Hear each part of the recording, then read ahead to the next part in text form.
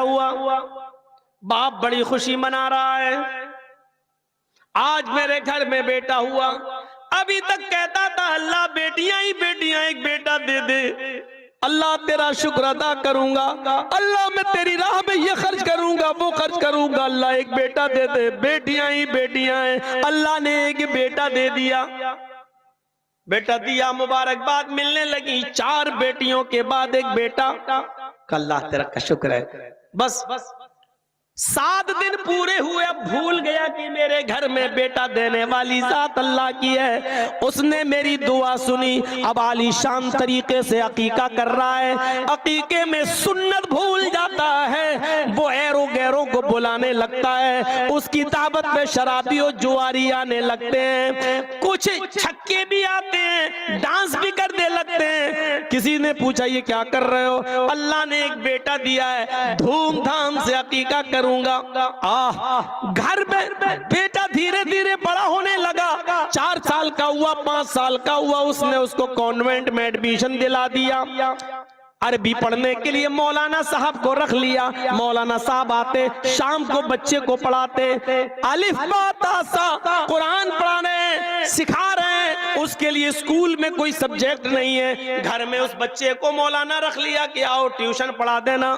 Convent के बच्चों को ट्यूशन पढ़ाने के लिए, मेरे बेटे को साइंस और बायो पढ़ाने के लिए जो टीचर आता है वो 5000 रुपए महीना लेता है, लेकिन मौलाना साहब हमारे बच्चे को कुरान पढ़ाने आते हैं तो 500 रुपए दिए जाते हैं। ये है कुरान पढ़ाने वाले मौलवी की कदर कीमत। और वो है कॉन्वेंट के बच्चे को साइंस और बायो पढ़ाने वाले को 5000 रुपए देना, और कुरान जो पढ़ाने आ रहा है घर में मौलाना हाफिज, उसको आप 500 रुपए दे के निपटा रहे हैं। मेरे भाइयों, बच्चे का जहन देखकर मौलाना साहब ने कह दिया उसके बाप से, आपका बेटा बड़ा ज़हीन है, जो पढ़ाता हूं फौरन याद कर लेता है। अगर अपने बच्चे को हाफिज बना लो या आलिम बना लो तो बहुत अच्छा हाफिज बनेगा, बहुत अच्छा आलिम बनकर निकलेगा। मौलाना साहब भूल गए, अल्लाह से दुआ कर करके बेटा मांगा है। चूंकि वो बच्चा 7-8 साल का हो चुका है, कॉन्वेंट में पढ़ रहा है, 3rd और 4th में आ चुका है। मौलाना साहब की बात से बाप गुस्से में आ गया, क्या कह रहे हो, मौलाना बना लूं? ये बच्चा बड़ा ज़हीन है, मौलाना बना दो। तुम्हें कितनी तनख्वाह मिलती है मस्जिद में? मौलाना साहब ने कहा 5000, 6000, 8000। बस ये बनाऊं मैं अपने बच्चे को? इतना तो मेरे बच्चे की शादी के बाद उसकी बीवी के मेकअप का खर्चा पूरा नहीं हो पाएगा। गृहस्थी चलती है। मौलाना साहब कुरान पढ़ाइए और जाइए चुपचाप। मौलवी तो बेचारा पहले ही से मरा हुआ होता है, कभी मुक्तदी उसको सुनाते हैं, कभी मस्जिद का मुतवल्ली उसको सुनाता है। उस मरे हुए को मारते हो, उस मरे हुए से लड़ते हो।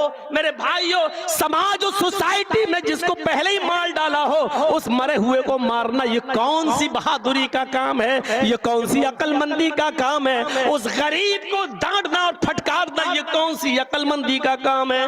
उस दिन की तारीख से वो कुछ नहीं बोला, आता पढ़ाता और चला जाता। लड़के ने इंटर कर लिया बायो से, नीट का एग्जाम दिया और वो कंपटीशन में कामयाब हुआ, MBBS करने लगा।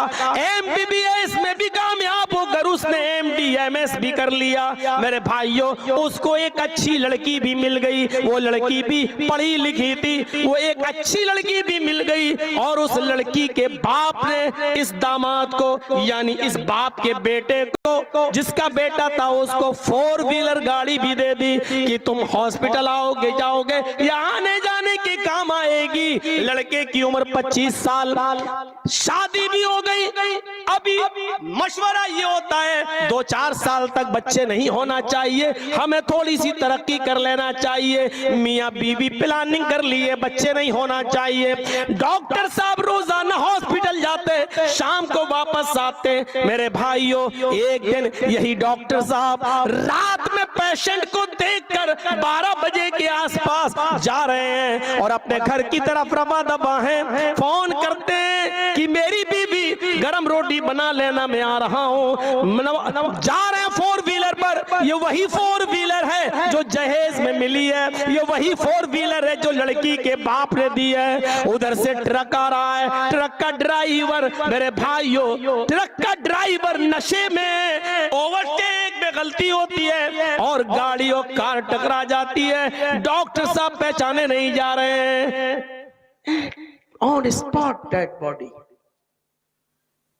किसी ने खबर दी कि तुम्हारे बेटे का इंतकाल हो गया। बाप दौड़ता हुआ भागते हुए आया, अपने बेटे की डेड बॉडी को देखता है, कपड़ों से पहचानता और गाड़ी से पहचानता है, हाँ गाड़ी तो मेरे बेटे की है। कपड़ों से पहचानता है कि हाँ ये तो मेरे बेटे के ही कपड़े हैं। बाप चाहता है कि अपने बेटे की लाश को ले लें। पुलिस कहती है नहीं, पहले पोस्टमार्टम होगा, उसके बाद तुम्हें दिया जाएगा। अल्लाह, बेटा मेरा, मुझे ही बेटे को ले जाने को नहीं मिल रहा है, मेरा बेटा मुझको ही नहीं दिया जा रहा है। कानूनी कार्रवाई होती है, पोस्टमार्टम होता है और पोस्टमार्टम के बाद बॉडी दे दी जाती है। सुबह 10 बजे गुस्ल दिया जाता है, 12 बजे गुस्ल दिया जाता है, जोहर के बाद मिट्टी का ऐलान होता है। जैसे ही डॉक्टर साहब की बॉडी को सामने रख दिया जाता है, सफे लग जाती है मस्जिद के बाहर कि जनाजे की नमाज होगी। मौलाना साहब अपने हुजरे में बैठे हुए हैं। ये वही मौलाना है जो इसी डॉक्टर साहब को कुरान पढ़ाने जाया करते थे। ये वही मौलाना साहब है जिनको 500 रुपया कुरान पढ़ाने का मिलता था। ये अपने हुजरे में बैठे हुए हैं, सफेद लग चुकी हैं। लोगों ने आवाज दी लेकिन मौलाना साहब आने का नाम नहीं ले रहे हैं। किसी ने दरवाजा ठोका, मौलाना बाहर निकले, फरमाया सफेद लग चुकी हैं, जनाजा आ चुका है और आप यहाँ बैठे, जनाजा कौन पढ़ाएगा? डॉक्टर साहब बैठ। मौलाना आते हैं, कहते हैं किसका जनाजा है? मालूम सब था। का फला डॉक्टर साहब का उनके बाप कहाँ है? का ये। फरमाया कि आप आइए, आप इसके बाप हैं, आप आगे आइए और जनाजा पढ़ाइए। बाप ने कहा मौलाना साहब हमें जनाजा कहाँ पढ़ाना आता है, हम जनाजा पढ़ाना कहाँ जानते हैं, हमें दुआएं कहाँ याद हैं। तुम मस्जिद के मौलाना हो, सबका जनाजा पढ़ाते थे, फिर मेरे बेटे का जनाजा क्यों नहीं पढ़ाते? मौलाना साहब ने आज जूता मारा। अरे हमारी हैसियत क्या है, आपके इतने बड़े डॉक्टर बेटे का जनाजा पढ़ाऊं? हमें तो 8,000 रुपए महीना मिलता है, इतने तो आपके बेटे की बीवी के मेकअप में खर्च हो जाते होंगे। हमारी हैसियत इतनी बड़ी नहीं है कि मैं आपके बेटे का जनाजा पढ़ा सकूं। हम बहुत गरीब लोग हैं। लड़के के बाप से कहते हैं, डॉक्टर के बाप से कहते हैं, हम बहुत गरीब घर के आदमी हैं, जितने हम कमाते हैं उसका तो आपके बेटे की बीवी मेकअप में खर्च कर देती है। लड़के के बाप को एहसास हुआ अपने उन जुमलों का जो मैंने कभी कहा था, मौलाना साहब सॉरी, माफ कीजिए, आज तंज न मारिए। ठीक है कोई बात नहीं, जब सॉरी कह दी तो बात ही खत्म। मौलाना साहब आगे खड़े हो गए और जनाजे के लिए अल्लाहू अकबर कहने ही वाले थे कि एक और तंज मारते हैं और कहते हैं, अरे डॉक्टर साहब के वालिद साहब सच बताओ, आज तुम्हारे बेटे की बॉडी के मैं ज्यादा करीब हूं या आप? बाप ने सर नीचे कर लिया।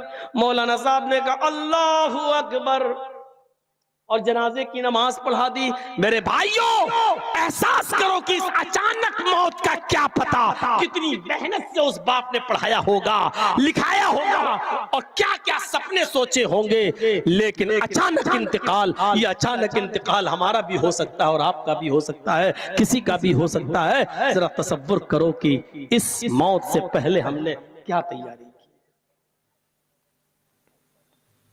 नबी अकरम सल्लल्लाहु अलैहि वसल्लम फरमाते हैं, हजरत अली फरमाते हैं, हजरत अली, बुखारी की रिवायत है, वान अलीन क़ाल, हजरत अली ने फरमाया, इर्तहलत दुनिया मुदबिरतन, ये दुनिया पीठ दिखाकर भाग रही है। ये है दुनिया की हैसियत। थोड़ा सा जर्जी